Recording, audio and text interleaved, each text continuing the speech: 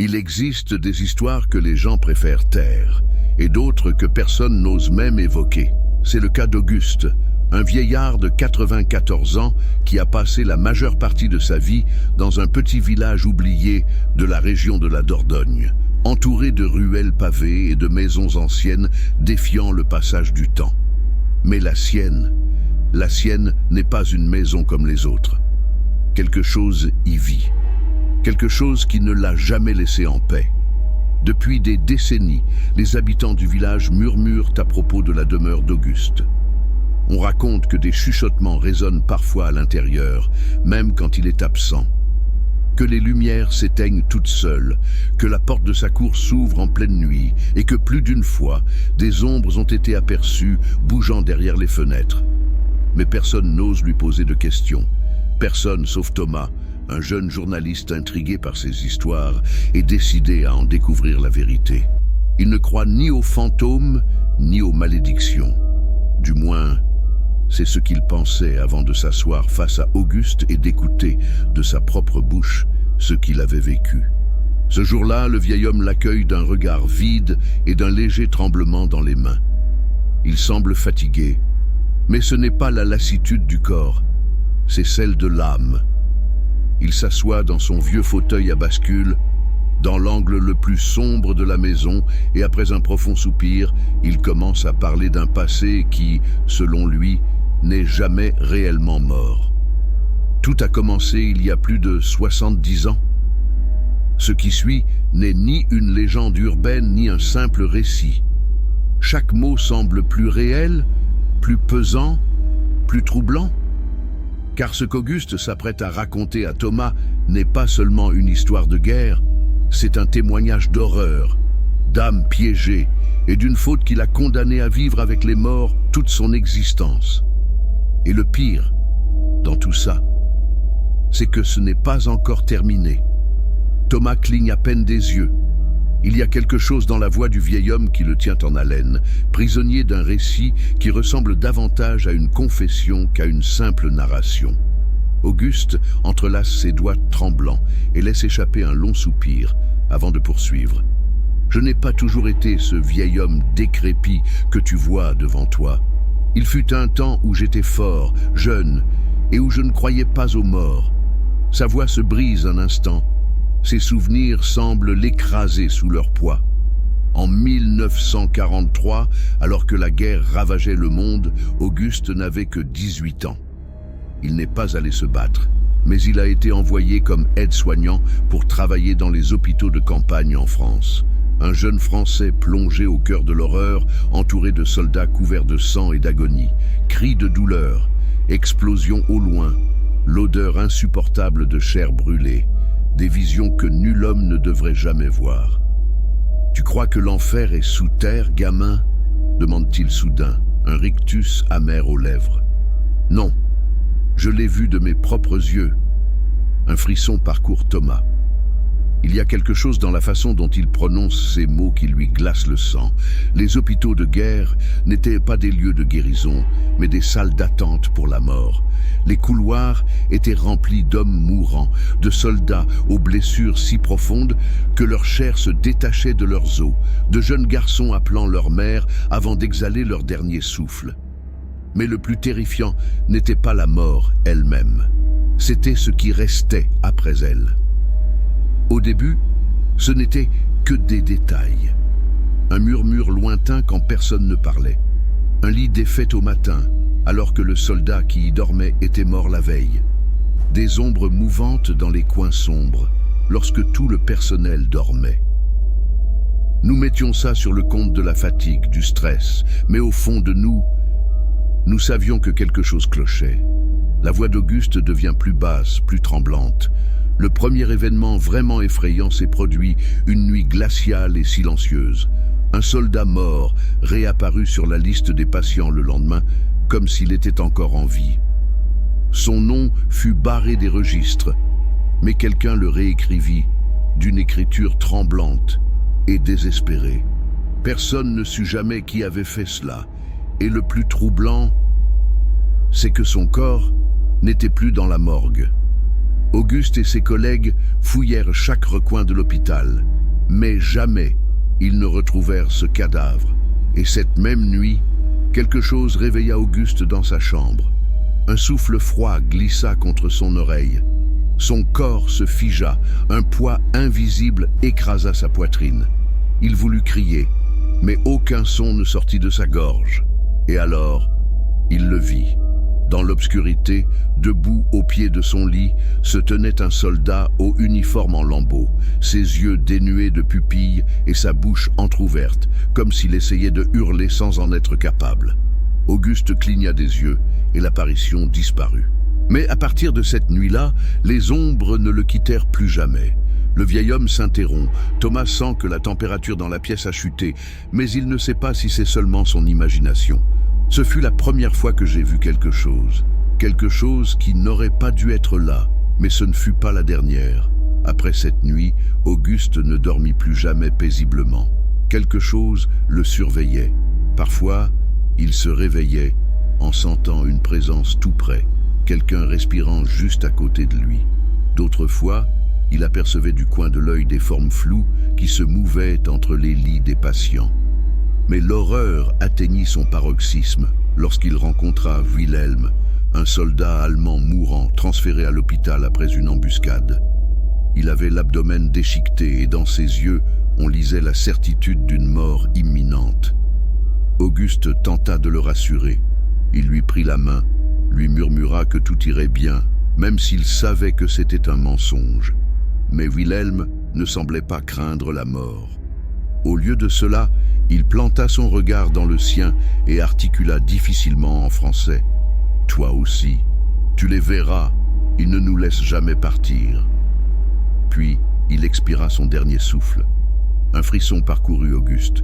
C'était comme si ces mots n'étaient pas une simple phrase, mais un avertissement, une malédiction.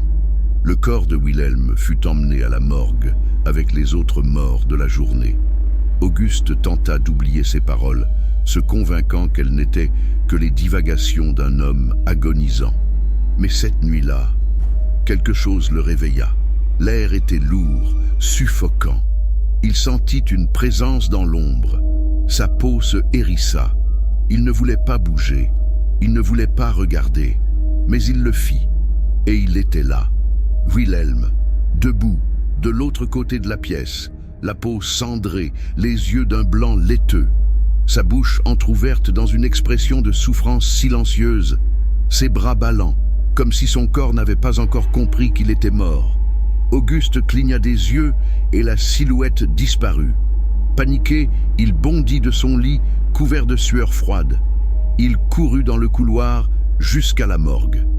Quand il ouvrit la porte, le corps de Wilhelm n'était plus là. Les brancards étaient vides. Il ne restait que des draps ensanglantés et des empreintes de pieds nus dans la poussière, menant hors de la salle. Auguste n'était pas fou. Ce qu'il avait vu était réel. Et ce fut la première fois qu'il comprit que la mort ne signifie pas toujours la fin. Thomas avale difficilement sa salive. Il y a quelque chose dans la manière dont Auguste raconte son histoire qui le trouble profondément. Il n'y a ni exagération ni fioriture, seulement des souvenirs marqués par une terreur qui semble s'être gravée dans sa peau depuis plus de 70 ans. Après cette nuit-là, rien n'a plus jamais été pareil. L'hôpital de campagne était devenu un endroit où les vivants et les morts coexistaient sans le savoir. Ce qui, autrefois, n'était que de vagues ombres au bout du couloir, s'était transformé en silhouettes plus distinctes, en visages apparaissant dans les miroirs avant de disparaître dès qu'on se retournait. Certains collègues d'Auguste commencèrent aussi à remarquer des choses étranges. Ils se plaignaient de chuchotements dans les dortoirs, de lits défaits au matin, comme si quelqu'un y avait dormi. L'un des médecins jura même avoir parlé à un patient, avant de découvrir que cet homme était mort, la veille. Mais personne ne voulait accepter la réalité. Il était plus facile de blâmer la fatigue, le stress ou le traumatisme de la guerre. Sauf qu'Auguste savait. Il les voyait. Et le pire, c'est qu'eux aussi le voyaient. Les nuits étaient les plus terrifiantes. Parfois, alors qu'il essayait de s'endormir, Il sentait le matelas s'enfoncer à ses côtés comme si quelqu'un s'allongeait près de lui. D'autres fois, il se réveillait en sursaut, glacé par un souffle inconnu, murmurant des mots incompréhensibles à son oreille. Mais rien ne l'avait préparé à ce qu'il vécut la nuit, où il décida d'affronter sa peur.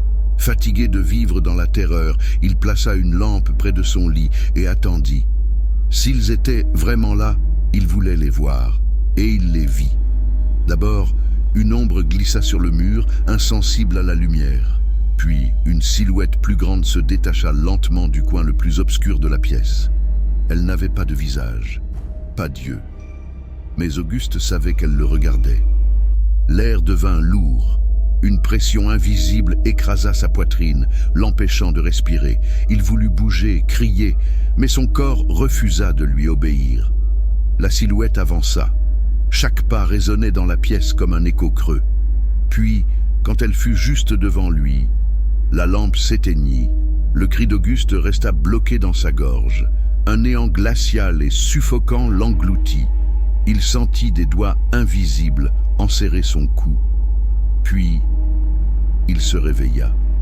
Mais la lampe était toujours éteinte, et la porte de sa chambre était ouverte, alors qu'il l'avait verrouillée. Ce n'était pas un rêve. Quelque chose jouait avec lui, quelque chose qui se nourrissait de sa peur. Thomas ne souffle mot. L'histoire d'Auguste ressemble à un gouffre sans fond, et chaque mot l'attire davantage dans un abîme qui ne semble plus être une simple narration, mais un avertissement. As-tu déjà eu la sensation que quelque chose t'observait, même quand tu étais totalement seul? Auguste fixe le journaliste, attendant une réponse. Thomas ne dit rien. Il se contente d'acquiescer, le ventre noué. J'ai vécu avec cette sensation pendant des semaines, jusqu'à ce que je décide d'agir. La peur était devenue son ombre. Chaque nuit, la présence devenait plus forte. Les silhouettes ne restaient plus dans les coins. Elles s'approchaient du bord de son lit. Les voix ne murmuraient plus. Elles prononçaient son nom. Et chaque fois qu'il tentait de dormir, il sentait un poids peser sur sa poitrine, comme si une force invisible voulait l'entraîner ailleurs. C'est alors que Louis, un autre aide-soignant français de l'hôpital, lui parla d'une rumeur ancienne. On dit que cet hôpital a été construit sur un ancien champ de bataille, que les âmes des morts sont restées piégées ici, et qu'il existe un moyen de les libérer. Louis lui parla d'un rituel, quelque chose qui, s'il était accompli correctement, pouvait apaiser les âmes errantes. Mais si quelque chose tournait mal, cela pouvait les condamner à bien pire. Auguste n'hésita pas. Il ne pouvait plus vivre avec cette terreur. Cette nuit-là, avec 3 soldats ayant eux aussi été témoins de l'inexplicable, il se rendit dans un sous-sol abandonné de l'hôpital. Ils suivirent les instructions de Louis à la lettre. Ils allumèrent des bougies, récitèrent des mots dans une langue inconnue et attendirent. Au début, rien ne se passa. Le silence pesait dans l'air et Auguste commença à penser que tout cela n'était qu'une absurdité. Puis, les bougies s'éteignirent d'elles-mêmes. Le sol se mit à vibrer, comme si quelque chose sous terre voulait surgir. Et avant qu'il ne puisse réagir, un hurlement déchirant remplit la pièce. Un cri qui ne provenait d'aucun d'eux. Les murs commencèrent à grincer. L'air devint oppressant, dense, comme si la pièce rapetissait autour d'eux. Une force invisible renversa les bougies et les projeta au sol. Et dans l'obscurité, ils virent des yeux dans les ombres, au plafond, sur les murs. Ils les observaient avec une intensité inhumaine. L'un des soldats hurla et courut vers la sortie. Mais avant d'atteindre la porte, une force invisible l'attrapa avec une brutalité inouïe. La porte se referma violemment. Puis, tout redevint silencieux. Auguste ne sut jamais exactement ce qu'ils avaient libéré cette nuit-là. Mais depuis ce jour, les ombres ne furent plus jamais les mêmes.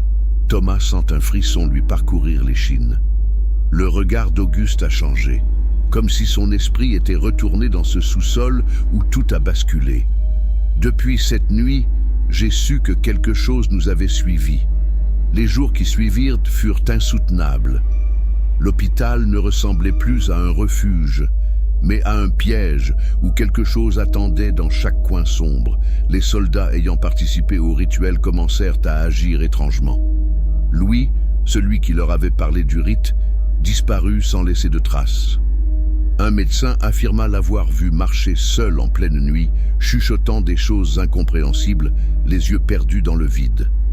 On ne le retrouva jamais. Un autre soldat mit fin à ses jours 2 nuits plus tard. Il laissa un mot griffonné d'une écriture tremblante. « Il nous voit, il n'y a pas d'issue. » Mais le pire fut lorsque Auguste comprit qu'une chose le suivait partout. Tout commença par des coups frappés à sa porte au milieu de la nuit. Lorsqu'il ouvrait, il n'y avait personne. Puis vinrent les murmures. Il entendait son nom, prononcé par une voix glaciale et sans émotion. Et chaque fois qu'il se retournait, il ne trouvait que du vide, ou son reflet dans une vitre sombre, avec une ombre derrière lui qui disparaissait dès qu'il clignait des yeux. Une nuit, alors qu'il se rinçait le visage dans la salle de bain de l'hôpital, il sentit une main glacée se poser sur sa nuque. Il leva les yeux vers le miroir, et son reflet ne bougea pas. Il resta figé. Son propre reflet le fixait, les yeux entièrement noirs. Puis, il sourit. Auguste hurla et fracassa le miroir d'un coup de poing. Il recula en trébuchant, le souffle court, la panique le submergeant. Ce soir-là, il comprit qu'il était marqué. Quelque chose d'au-delà de ce monde était désormais lié à lui. Et il savait que jamais il ne pourrait s'en libérer. Thomas sent un poids peser sur sa poitrine. Ce n'est pas seulement l'histoire, c'est la manière dont Auguste la raconte. Sa voix n'a rien de celle d'un homme qui invente des récits pour effrayer. C'est celle de quelqu'un qui a vécu avec la peur collée à sa peau toute sa vie. Quand la guerre a pris fin, j'ai cru que tout ça resterait derrière moi. Auguste fut rapatrié en France. Pendant un instant, il pensa que l'horreur était terminée. Il avait laissé derrière lui les hôpitaux, les soldats, les cris incessants et la présence constante de la mort. Il croyait être en sécurité, mais dès qu'il posa un pied dans sa maison, il sut qu'il s'était trompé. Dès la première nuit, alors qu'il déballait ses maigres affaires, il sentit une présence familière. Il n'était pas seul. Le même froid qui hantait les couloirs de l'hôpital rampa le long des murs de sa maison. Les mêmes murmures, presque imperceptibles. Les ombres qui glissaient dans les coins, comme si quelque chose d'invisible arpentait la pénombre. Il n'avait pas échappé à l'horreur. « Ils sont venus avec moi !» Auguste tenta d'ignorer les signes. Il ne voulait pas y croire. Il se convainquit que tout était dans sa tête. Mais ensuite, les bruits commencèrent. Chaque nuit, il entendait des coups légers contre sa fenêtre, comme si quelqu'un griffait le verre. La porte de sa chambre s'ouvrait d'elle-même, et plus d'une fois, il se réveilla en sentant son matelas s'affaisser, comme si quelqu'un était couché à ses côtés. Mais le pire arriva 1 mois plus tard. Un après-midi, alors qu'il traversait le marché du village, un vieil homme qu'il ne connaissait pas s'approcha de lui sans prévenir. Il le fixa d'un regard grave et lui dit d'une voix basse « Tu as quelque chose accroché à toi ?» Auguste se figea. Cet inconnu ne le connaissait pas, mais il parlait avec une certitude effrayante, comme s'il pouvait voir ce qu'Auguste savait déjà être là. Avant qu'il ne puisse répondre, le vieillard lui tendit un petit talisman et murmura « Tu ne pourras peut-être pas t'en débarrasser, mais ceci pourrait les ralentir. » Auguste prit l'amulette avec des mains tremblantes. Il ne savait pas s'il devait croire cet homme, mais son instinct lui soufflait qu'il devait l'écouter. Dès lors, il garda le talisman autour du cou. Et bien que les ombres ne disparurent jamais complètement, les nuits furent légèrement plus paisibles. Mais cette paix n'était qu'un leurre, car au fil des années, les présences devinrent plus audacieuses. Et chaque fois qu'il fermait les yeux, il sentait qu'elle l'attendait dans l'obscurité, quelque chose de patient, quelque chose qui savait que tôt ou tard, il ne pourrait plus fuir. Thomas se sent oppressé. Cette histoire sonne trop vraie, trop précise pour être une simple superstition. Il observe Auguste, cherchant dans ses traits un indice de mensonge. Mais il n'y voit que de la lassitude, de la résignation et quelque chose de plus profond, la peur. Cela fait plus de 70 ans que je vis avec eux. Et je peux t'assurer qu'ils ne m'ont jamais laissé seul. Les années passèrent. Auguste tenta d'avoir une vie normale, de se marier, de travailler, de vieillir comme n'importe quel homme. Mais l'ombre de son passé ne le quittait jamais vraiment. Personne autour de lui ne remarquait quoi que ce soit d'étrange. Seul lui voyait ses formes se mouvoir dans l'obscurité. Seul lui entendait les murmures dans les pièces vides. Jusqu'à ce qu'une nuit, sa femme se réveille en hurlant. Elle s'accrocha à son bras, tremblante, le visage livide, les yeux écarquillés par la terreur. Il y avait quelqu'un debout dans l'encadrement de la porte de notre chambre. Auguste se précipita pour allumer la lumière. La porte était entr'ouverte et l'air dans la pièce était glacial, comme imprégné de mort. À partir de cette nuit-là, sa femme tomba malade. Fièvre, cauchemar, insomnie. Elle disait que quelqu'un l'observait dans son sommeil, qu'elle entendait son prénom chuchoter dans la nuit par une voix inconnue. Les médecins ne trouvèrent aucune explication. Mais Auguste, lui, savait. Il savait qu'ils étaient là, qu'ils voulaient l'isoler, qu'ils la rongeaient, lui volaient son énergie. Peu de temps après, elle mourut. Et le pire dans tout ça, c'est que, la nuit précédant sa mort, elle lui dit quelque chose qui le hanterait à jamais. Ils sont là. Ils t'attendent. Depuis ce jour, Auguste ne partagea plus jamais sa maison avec qui que ce soit. Avec les années, il chercha de l'aide. Prêtre, médium, exorciste. Tous lui dirent la même chose. Ce n'est pas une simple présence. C'est quelque chose qui t'a réclamé. Certains tentèrent des bénédictions, des rituels de purification, en vain. Les bougies s'éteignaient toutes seules, les crucifix tombaient au sol, les prières restaient inachevées. Un prêtre, même, interrompit un exorcisme et quitta la maison en courant, le visage livide. Il affirma n'avoir jamais ressenti une présence aussi puissante. Personne ne put l'aider, personne ne put briser ce lien. Alors, Auguste accepta son sort. Il vivrait avec les morts jusqu'à ce qu'il en fasse lui-même partie. Mais ils ne partiront pas avec moi. Thomas frissonne. Ils resteront ici, à attendre quelqu'un d'autre. À cet instant, la lampe du salon vacille. Durant une fraction de seconde, Thomas croit apercevoir une ombre bouger dans le reflet de la fenêtre. Mais lorsqu'il tourne la tête, il n'y a rien. L'air devient plus lourd.